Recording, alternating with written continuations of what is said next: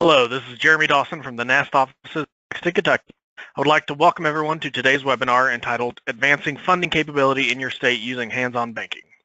The slides we are discussing, as well as a hands-on banking fact sheet, are available for your reference in the handouts section of the GoToWebinar platform and will be available along with the webinar recording in the webinar archive of the NAST site. Please note you're free to submit questions electronically via the webinar platform during the presentation, and these will be addressed by the facilitator during today's webinar. To electronically submit questions, you can simply type them into the questions dialog box on your GoToWebinar application. So on behalf of NAST and the Financial Education and Empowerment Committee, I would like to welcome and thank our speakers for presenting to our membership today. And Treasurer Magaziner, at this point, I will turn the floor over to you. Thank you, Jeremy, and thank you everybody who's listening in. I want to welcome everybody to the webinar and just say that this is the first in a series this year of webinars that the Financial Education and Empowerment Committee are running to try to share best practices and introduce members to resources that are available. And I want to give a great deal of thanks to both Emma Heidloff, who does a great job supporting this committee, and to the Vice Chair of the committee, Treasurer Mitchell of Indiana, who does a great job and is a great partner and collaborator. So joining us today, we have Darlene Goins from Wells Fargo. Darlene is the Senior Vice President and Head of Wells Fargo's Hands-on Banking, which is a leading program that provides free financial education to children, teens, adults, seniors, military, and entrepreneurs throughout the country. In this role, Darlene is responsible for setting the vision and strategy and execution of the Hands-on Banking program. That includes managing community initiatives and partnerships related to financial education and promoting team member involvement and volunteerism in support of hands-on banking. Prior to joining Wells Fargo in 2016, Darlene was at FICO, where she helped lead FICO Score Open Access, a program that helps FICO partner with financial institutions to provide scores and credit information to more than 100 million consumer account holders. We're very happy to have Darlene with us today, and I'll turn it over to her. So thank you very much. Thanks so much, Treasurer Magaziner, for the opportunity to join you all today to share our thoughts and ideas on how Wells Fargo's free financial education program, Hands-on Banking, can advance financial capability in your state. So before I get started, I just wanted to share why I'm extremely passionate about this topic. It's because it's personal to me. I didn't have access to financial education in my schools growing up, and if I had, perhaps I could have been more prepared as a young adult and avoided some financial missteps. I grew up in a modest household, was fortunate enough to get a full scholarship to college, so I didn't have to worry about student loan debt that impacts so many today. But by the time I graduated from college, I found myself with 3 credit cards and nearly $4,000 in credit card debt, and I hadn't even started my career. On top of that, I didn't fully understand how credit cards worked. I thought that if my minimum payment was $30 and I paid $90 in May, that meant I didn't have to make a payment in June or July. Of course, I was very wrong, but you know, the next thing I knew, I had missed payments, late fees, interest was growing, collection calls, and my credit score tanked at a time when I was just starting out and needed to rent an apartment and buy a car. And I know many young people are not as lucky as I was and don't have the kind of support that I did to get myself out of my financial bind. In fact, many people in this country don't feel they are adequately prepared to manage their money and plan for their financial futures. So that's why I'm here today to share our thoughts and ideas on ways we may be able to collaborate to help people of all ages avoid these types of mistakes by using our Hands-on Banking program. So here are a few key takeaways from today's webinar that I hope will resonate with all of you. The current reality for many consumers brings to light the need for increased financial capability, and I want to commend this association for the emphasis that you place on financial capability, education, and literacy. with your conferences and symposiums and webinar series. It's really incredible. This is one of those challenges that really requires a collective of people and organizations to address and really move the needle for consumers. Second, it's important to understand that different audiences have different needs with regards to financial capability, and as such, we need to be mindful about how we implement financial capability initiatives to meet people where they are. Third, Hands-on Banking is a highly flexible free financial capability program that can be implemented in a broad number of ways to accomplish just that. And finally, we believe there are opportunities that exist in states to advance financial capability by leveraging the Hands-on Banking program. My agenda for today's webinar is to start by describing that current reality for a pretty large percentage of consumers, describe what Hands-on Banking is, and provide an introduction to an overview of our public website and tools, share some examples of how Hands-on Banking is used by third-party organizations and how we collaborate for success, and then touch on some opportunities we believe exist for states. The Consumer Financial Protection Bureau summarized very nicely why there is a need for financial capability. We operate in an extremely complex financial marketplace, and when we think about financial inclusion, financial capability is essential, particularly for the economically vulnerable segments of the community. There are substantial costs associated with reaching significant life goals like home ownership, starting a family, earning a degree, starting a business, preparing for retirement. In fact, I read last week that in order to sustain one's lifestyle in retirement, people are advised to have saved 10 times your annual income. And with consumers becoming increasingly responsible for building up those funds, they need to have not only knowledge, but also skills and attitudes and confidence to make sound financial decisions to achieve their goals. The current reality for many consumers brings the CFPB's points to life. In terms of spending and savings challenges, many consumers today are struggling to make ends meet. 19% spend in excess of their income each month, 48% are living paycheck to paycheck, 46% can't cover a $400 emergency. Without emergency savings, individuals lack a buffer against unexpected financial shocks, threatening their personal financial stability as well as decreasing the stability of the economy as a whole. In addition, 31% of non-retired adults have no retirement savings or pension, and 54% of workers had less than $25,000 saved, which is likely a far cry from having 10 times one's annual income saved for retirement. Everyone needs to have at least a fundamental level of financial knowledge paired with financial decision-making skills that can best ensure an individual's financial capability and stability. Debt presents obstacles for reaching financial goals as well. In fact, we're seeing unprecedented debt loads. The average 65-year-old has 47% more mortgage debt and 29% more auto debt than 65-year-olds had in 2003. Non-bank borrowing, for example, taking out an auto title loan or using a payday loan, a pawn shop, or a rent-to-own store, has increased over the past 5 years. And these alternative financial services often come with high interest rates and attract individuals with poor credit histories, lack of access to more traditional sources of credit, or both.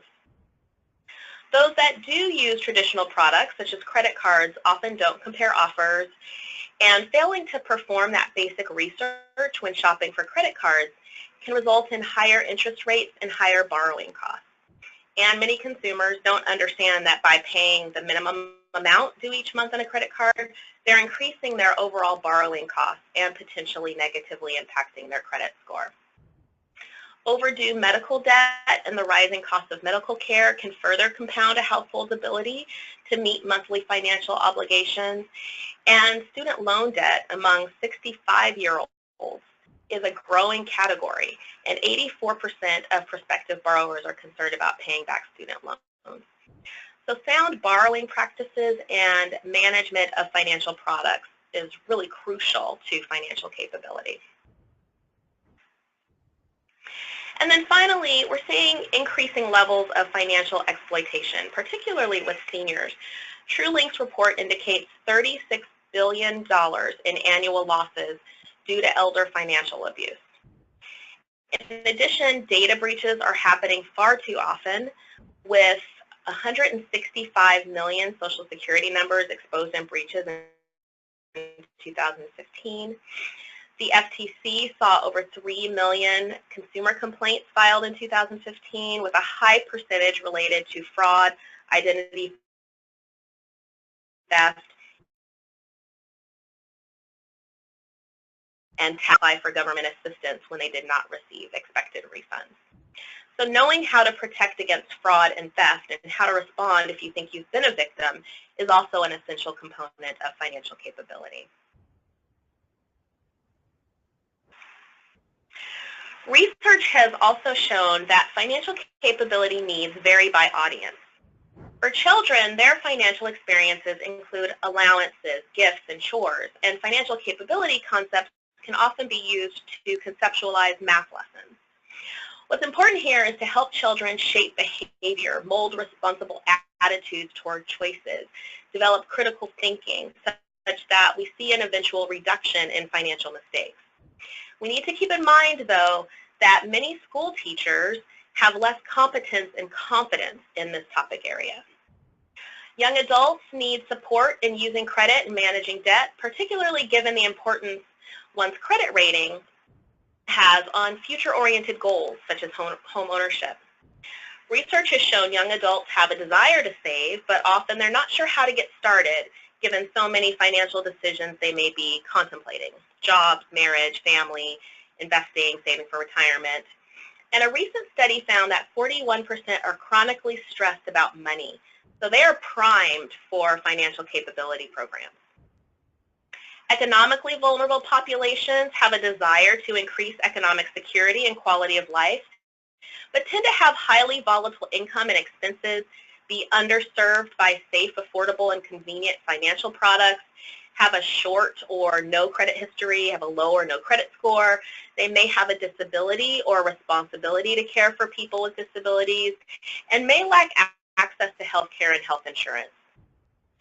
They may be receiving social or nonprofit services that offer natural teachable moments for financial capability. Military service members and veterans have unique financial circumstances, particularly around permanent changes of station and deployments, which often place the burden of family management and day-to-day financial decisions on the non-active military family members for an extended period of time.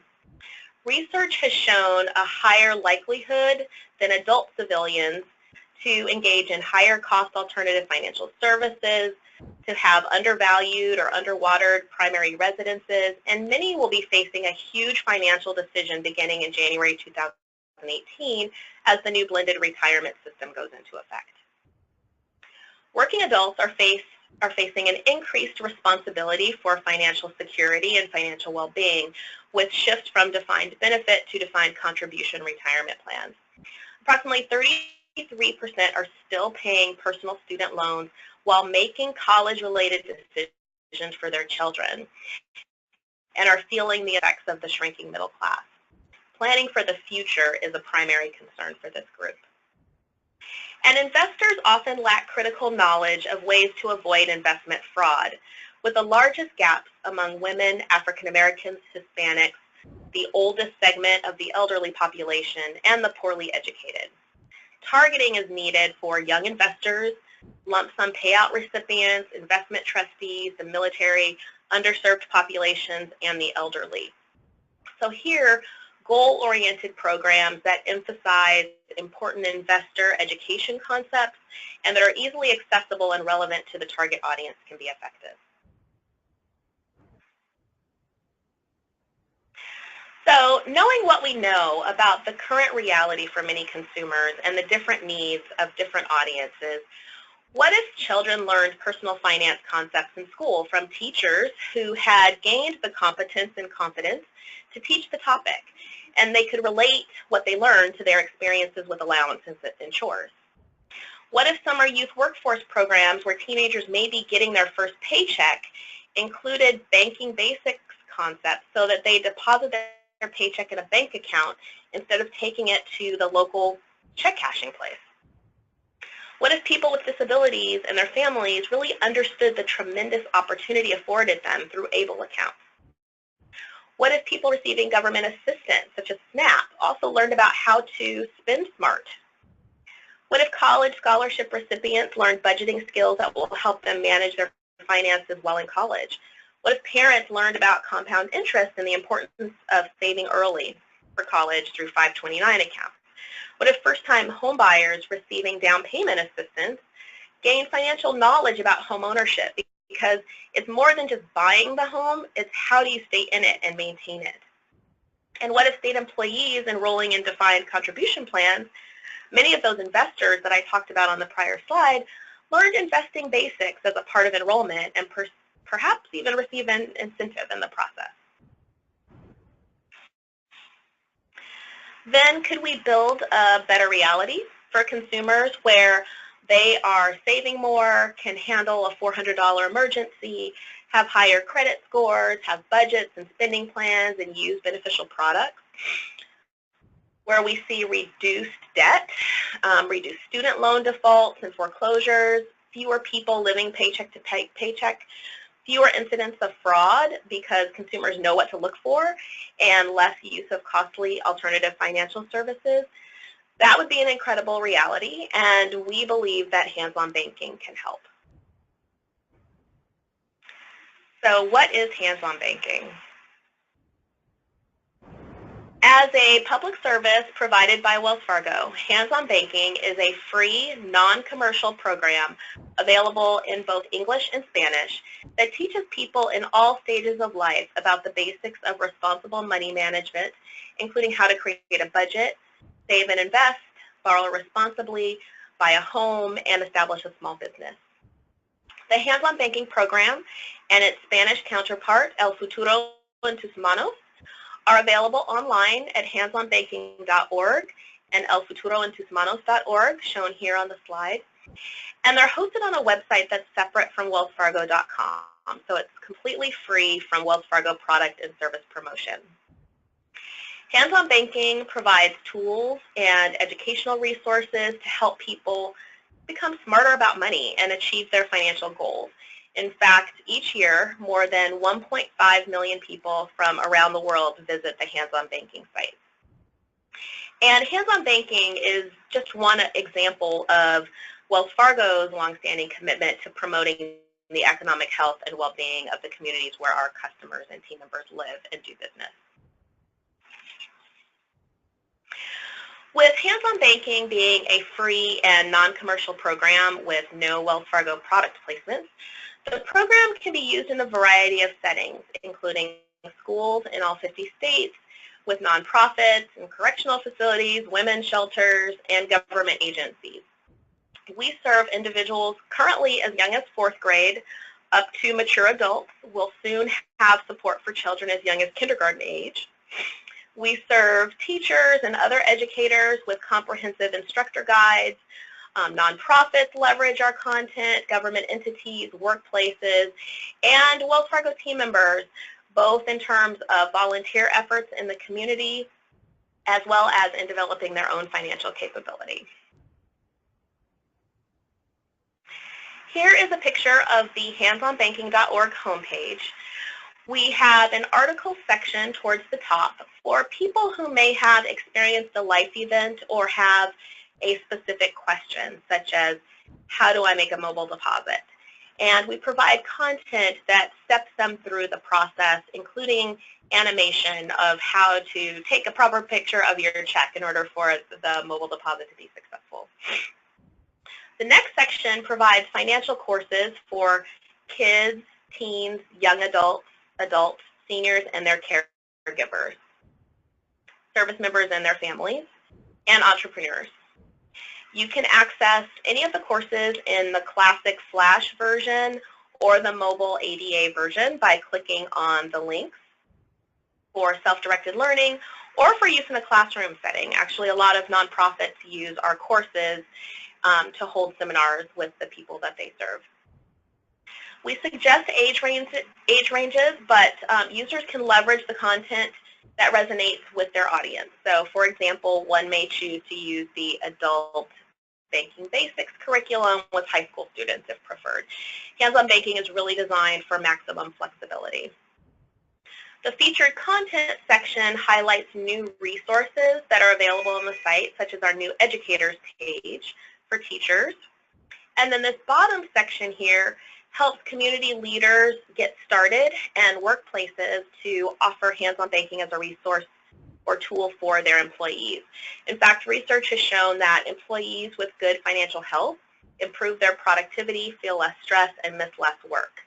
More recently, there's been a recognition in the industry that there's a linkage between physical and financial health. So just as employers are focused on health and wellness programs to support physical and mental health, many employers are starting to incorporate programs to support financial health.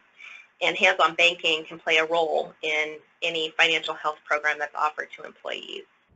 There may even be a way to offer incentives to employees to encourage them to take the training. I've heard of a company who offered to put $100 in a savings account for emergency savings after employees completed financial education courses and demonstrated that they had saved $100 themselves in that emergency savings account. So there are many ways to engage.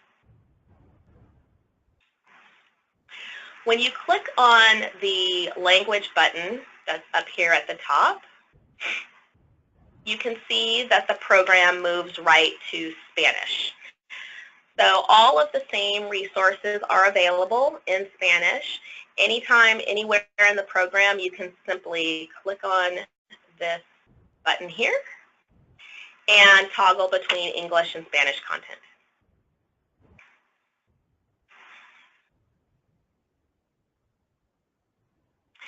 Either from the featured content section or from this educator button here in the upper right corner, you can access our educator page, which includes how hands-on banking is aligned to Common Core state standards, now used in 42 states.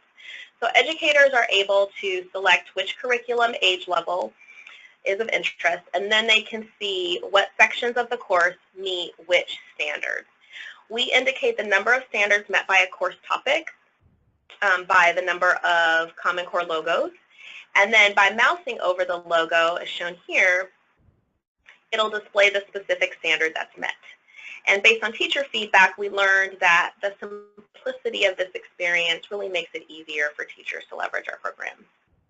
Our instructor guides also include an appendix with Common Core standards information along with suggestions for activities that enable the lesson plans to meet various levels of standards.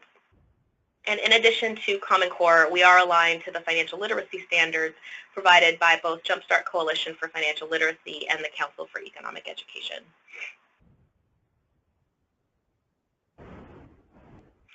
In the KIDS program for 4th and 5th grades, we have a friendly space alien named Zing who takes students on a freewheeling and informative tour of money management basics. There are fun online exercises that are provided to learn the importance of saving money, wants versus needs, and goal setting, all within the context of experiences for this age group, such as chores and allowance.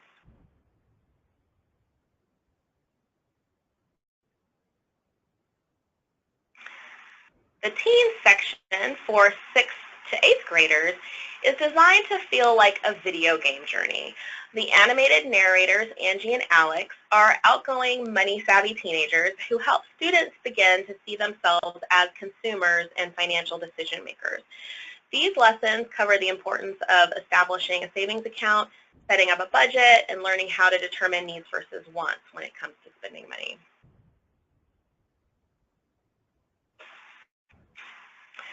The program, as I mentioned, was designed for self-directed learning, classroom learning, or both. and it's easily customizable to fit your needs. Our instructional guides may be downloaded or printed directly from the website, or you may request a copy from us via email, and we will send out a free copy right away.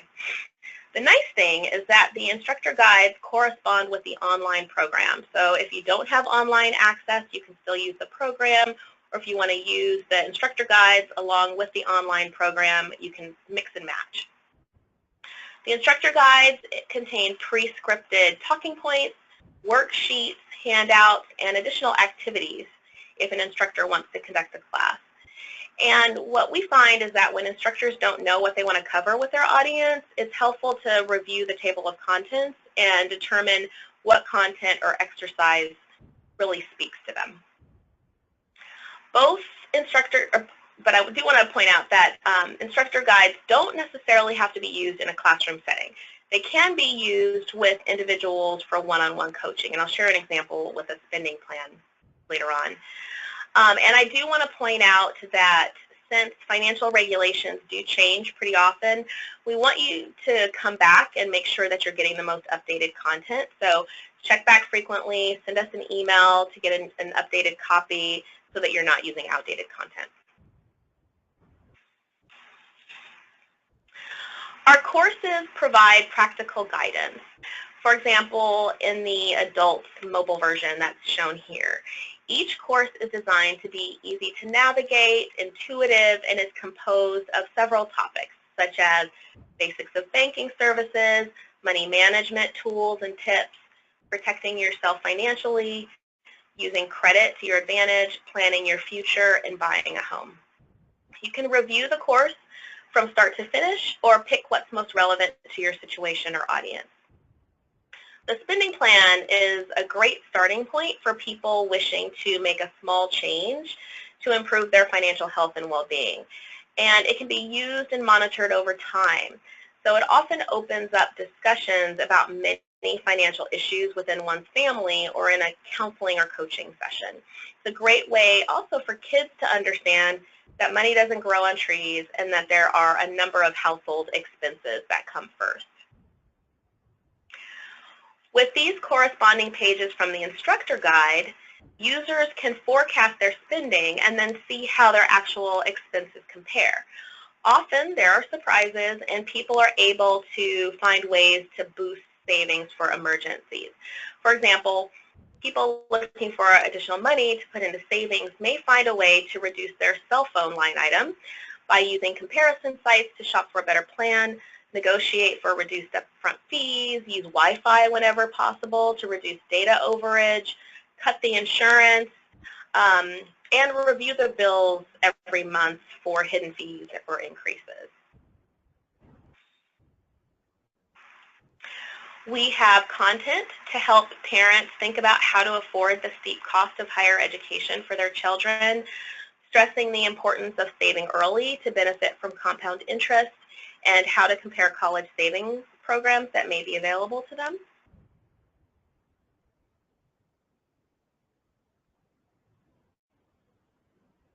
And we have resources to help young adults make a strong start in their financial lives.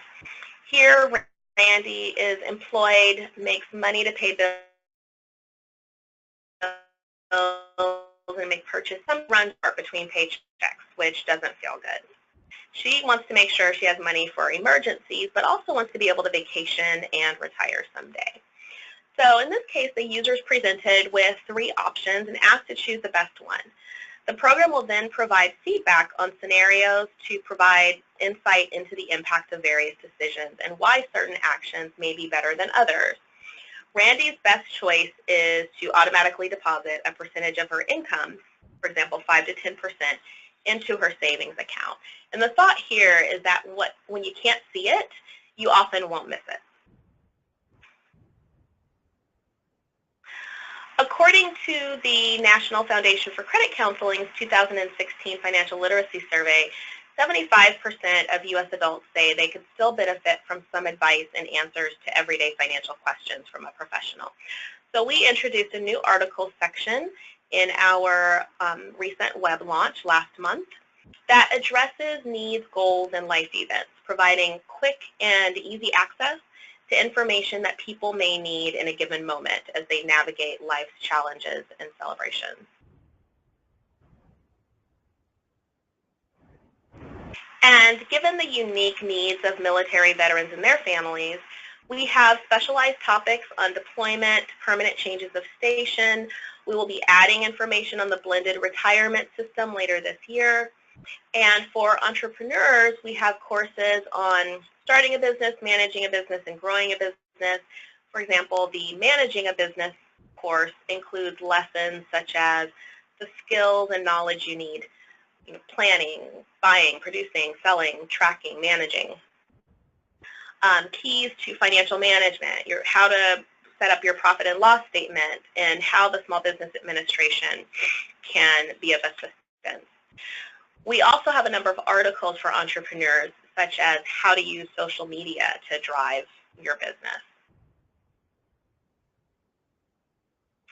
So let's take a look at some concrete examples of how hands-on banking is used by third-party organizations and how Wells Fargo and the hands-on banking team collaborate for success.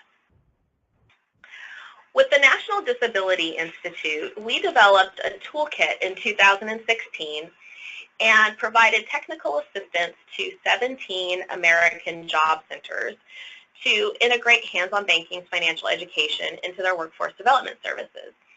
And to date, an estimated 23,000 people have been served.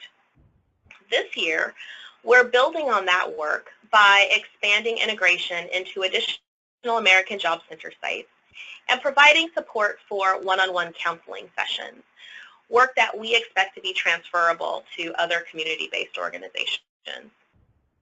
Also with NDI, we're developing an ABLE supplement guide that will be available later this year and covers topics such as what is an ABLE account and what are the contribution limits, why the need for an ABLE account, what are the eligibility requirements, what are qualified disability expenses, how to decide which state program is right for you, and how to get started.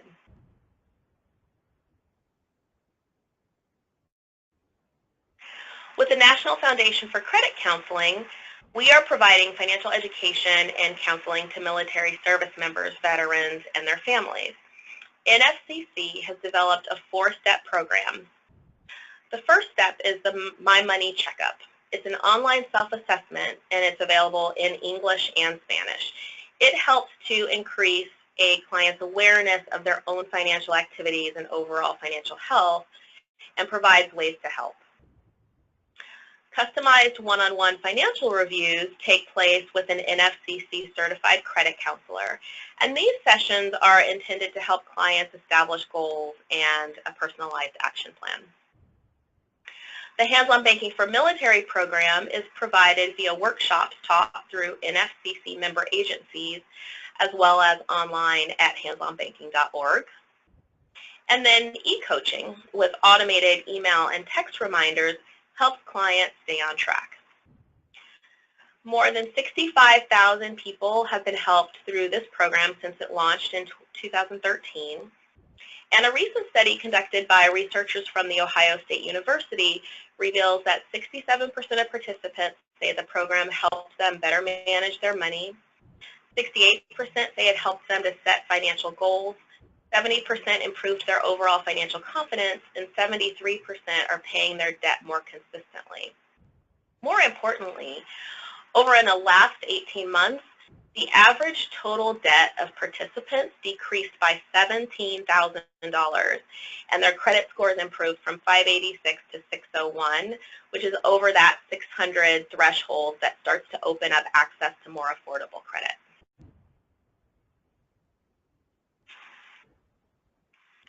Another example is an integration that's underway with the Boys and Girls Clubs of Colorado. With this collaboration, we've developed a series of 10 weekly sessions to develop the financial capability of children ages 5 to 19 using hands-on banking that will be rolled out to their 55 sites.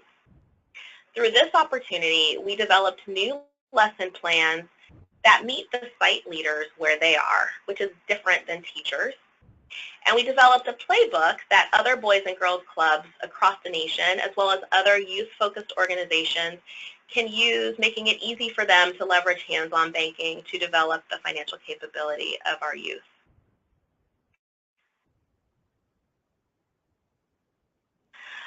The National Council for Negro Women approached us earlier this year about using hands-on banking for entrepreneurs to conduct a series of 6 webinars to help develop future business owners amongst their membership.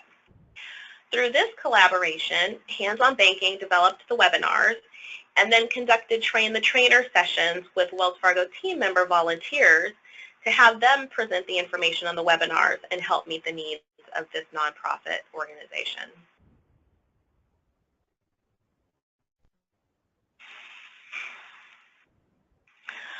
The last example I'll share is how we partnered with the NAACP to reach young people through social media by holding a Twitter town hall. We conducted a conversation with approximately 150 youth about debt management, credit, and building wealth, all on Twitter. Using Twitter, participants were able to ask questions in real time and be pointed to resources on handsonbanking.org for additional information.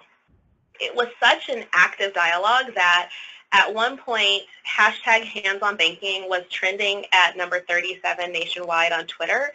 And while I'm not of the Twitter generation, I have enough awareness to recognize that to be able to say that your topic is trending nationally is a pretty huge accomplishment. It was pretty incredible how engaged these young people were in developing their financial capability and finding the tools and resources that could help them. We coupled the event with pre- and post surveys to test knowledge and assess attitudes and behaviors, encouraging participants in the post survey to write down the one action that they would take to improve their finances as a result of participating in the Twitter town hall. So I think this example really brings home the flexibility of hands-on banking. You're really only limited by your imagination. So what are some opportunities for states? As I've mentioned, we believe it's important to meet people where they are, both in terms of supporting financial decisions that are relevant in their lives today and by inserting education into natural, existing, teachable moments where people are already engaged. There are a number of programs that often are offered by state treasury departments or other state agencies that have these natural teachable moments. We believe that an effective collaboration between state treasurers and Wells Fargo's hands-on banking team could help increase the financial capability of communities across the country. So here are 5 state program areas where together we think we can help bring financial capability to a wide range of diverse demographic segments and deliver huge positive impact in their lives. The first is state-administered 529 college savings plans, state employee retirement planning education, state-sponsored college scholarships and grants, state-sponsored homebuyer programs, state-administered ABLE accounts, and although not listed here, small business programs may also be an opportunity if those are available in your state. Our award-winning and free hands-on banking program can easily be integrated into these programs, and doing so could help increase the financial capability of consumers, increase the usage of state-sponsored programs, and increase output and yield resulting from these state programs. These are opportunities for those natural teachable moments where a financial incentive may be available for the consumer, which could lend itself to incorporating financial education as a requirement. And similar to our work with the Boys and Girls Clubs of Colorado or the National Disability Institute, we want to take the guesswork out of how to incorporate hands-on banking by creating hands-on banking toolkits and playbooks, again available for free, that describe the various ways to integrate hands-on banking into these types of programs. Our approach is generally to pilot an integration approach and develop the toolkit and playbook with a given partner and then make it available more broadly. So if any of you have a collaboration idea, please feel free to reach out to us to discuss. We would love to engage with you.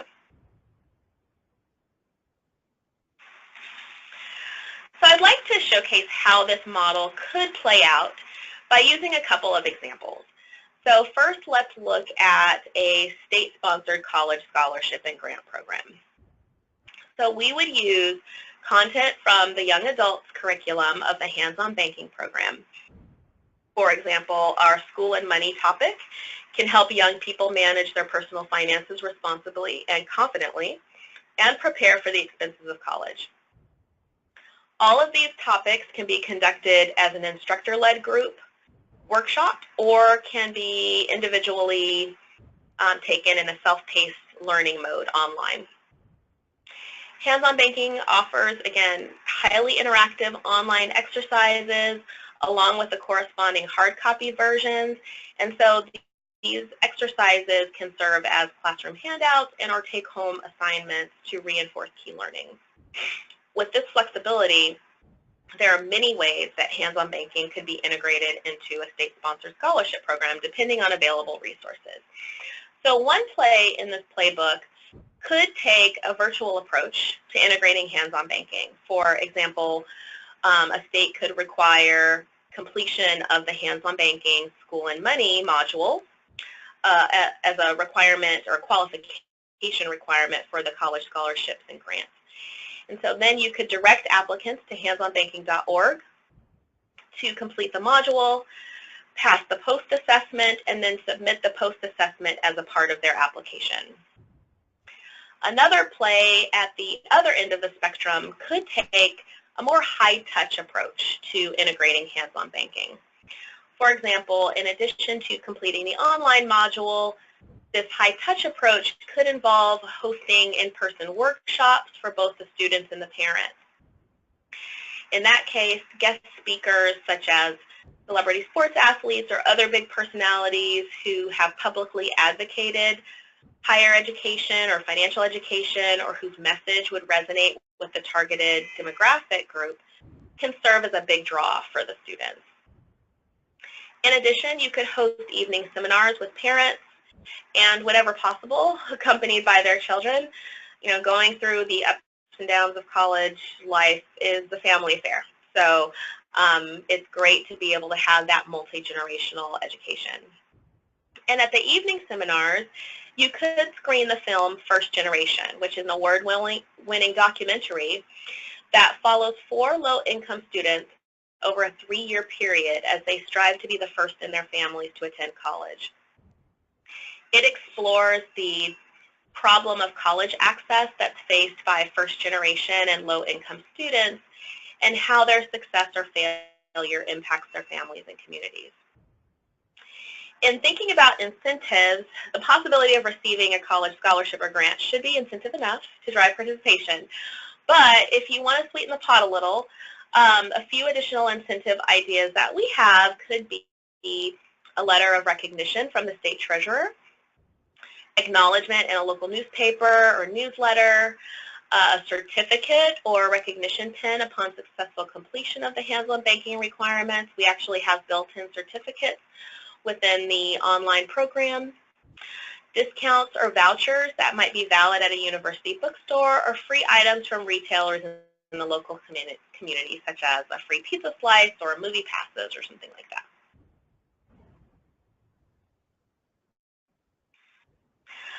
Another example is with ABLE accounts.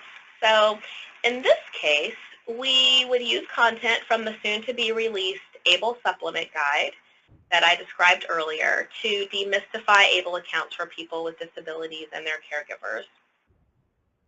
The ABLE account content could be provided standalone or as a part of a broader financial education program targeting people with disabilities using our ADA compliant online courses.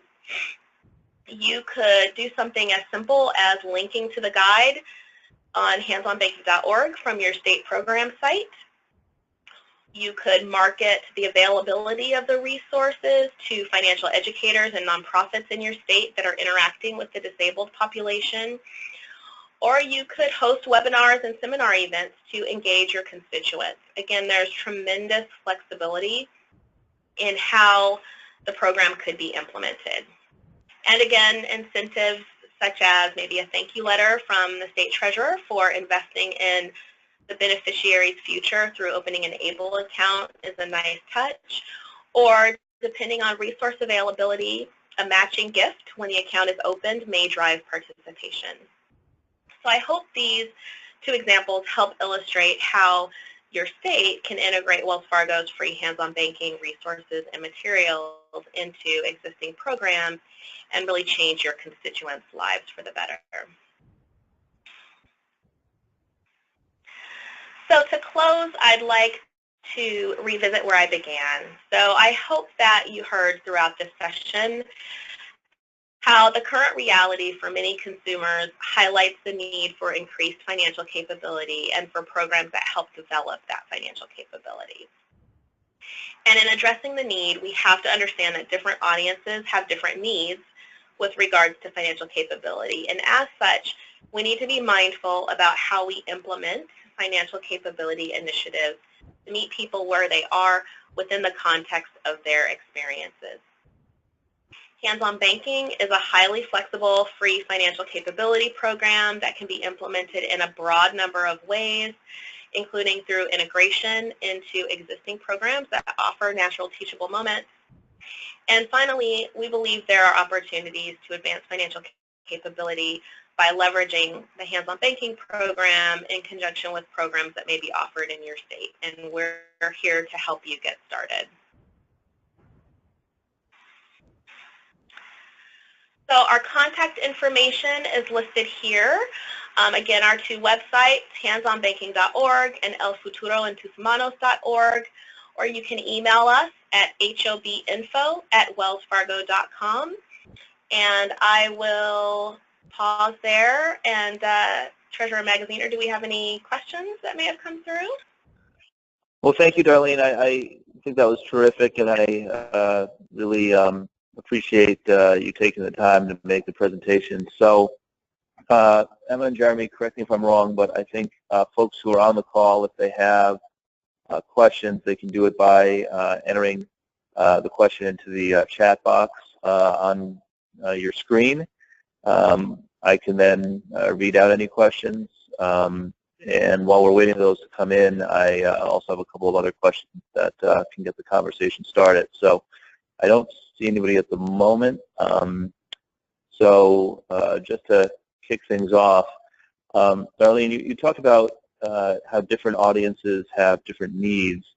And can you talk about any best practices or methods for differentiating that instruction and engaging different age groups? Absolutely. So with young children, it's great to read money-oriented books. And if you are looking for some suggestions, please feel free to email us and we can send you some.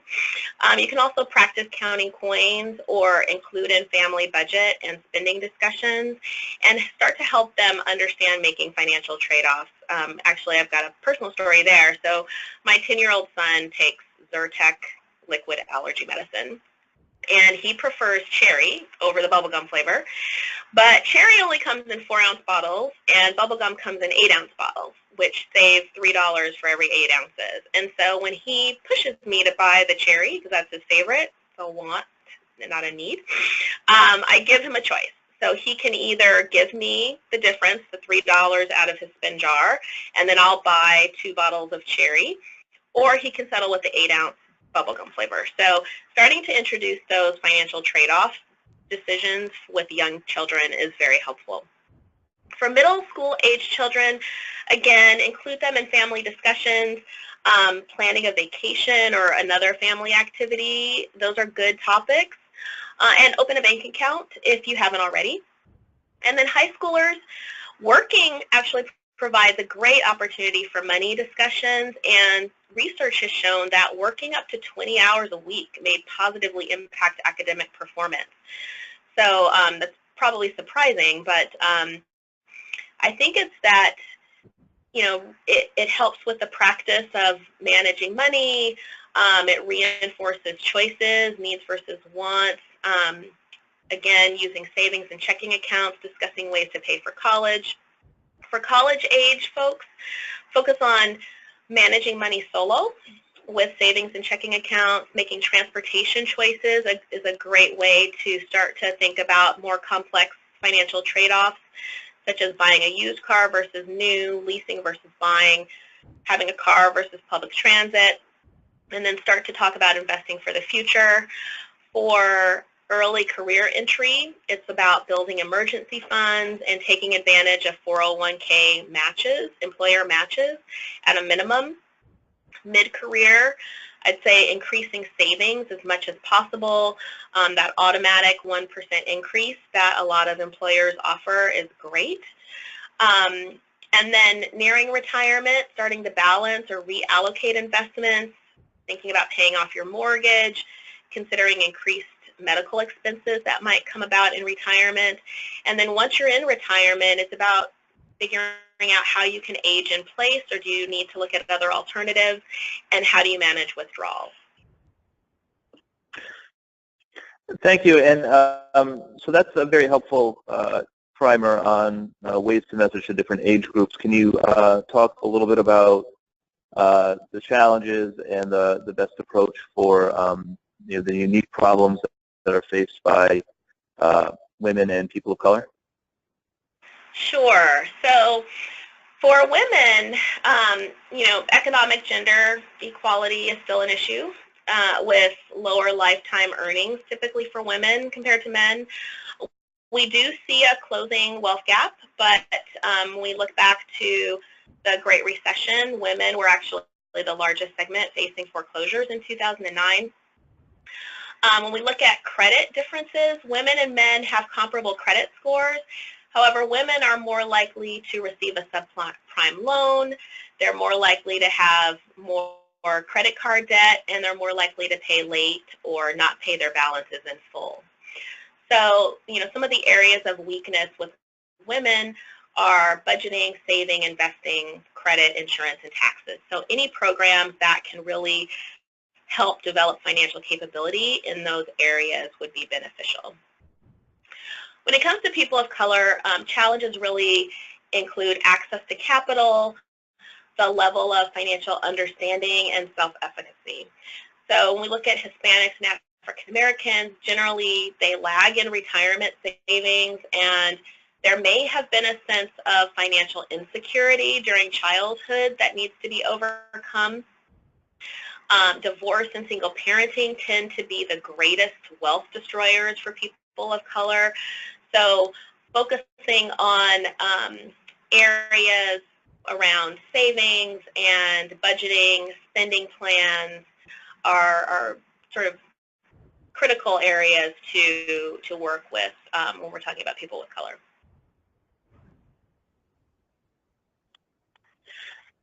All right, thank you. Just a reminder, we've got about 5 minutes left, so if there are any participants who have questions, just enter them into the chat box, and I will read them aloud. And if not, then I'll ask just one more, which is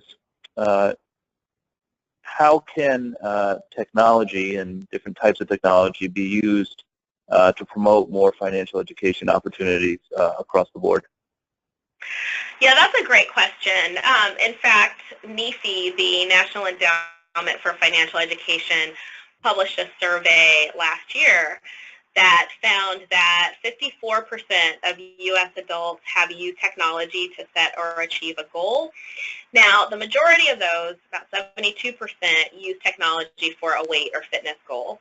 And I know I'm constantly checking my steps and everything on my Apple Watch. But 27% use technology to better manage their finances. So it's becoming a growing trend.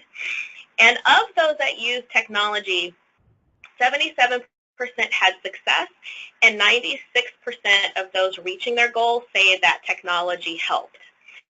So one of the things that we're in the process of building out with Hands-On Banking is some additional capabilities that allow adults to create a profile, take an initial assessment to understand their current financial situation, and then we'll recommend goals and action steps to take to improve their financial health.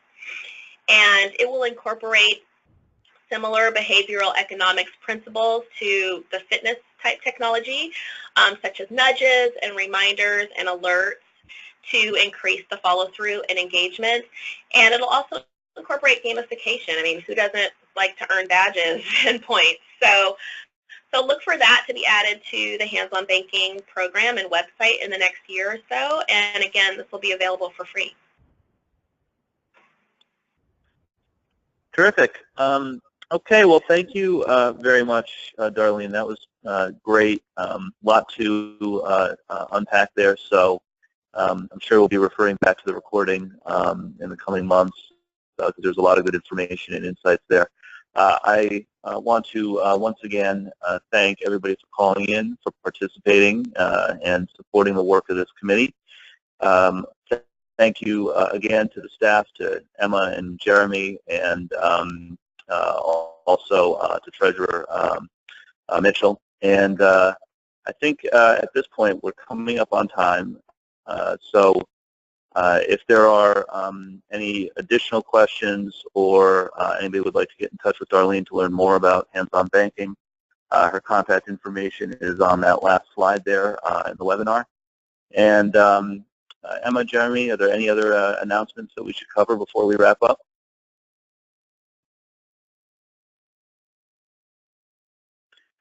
I don't have any.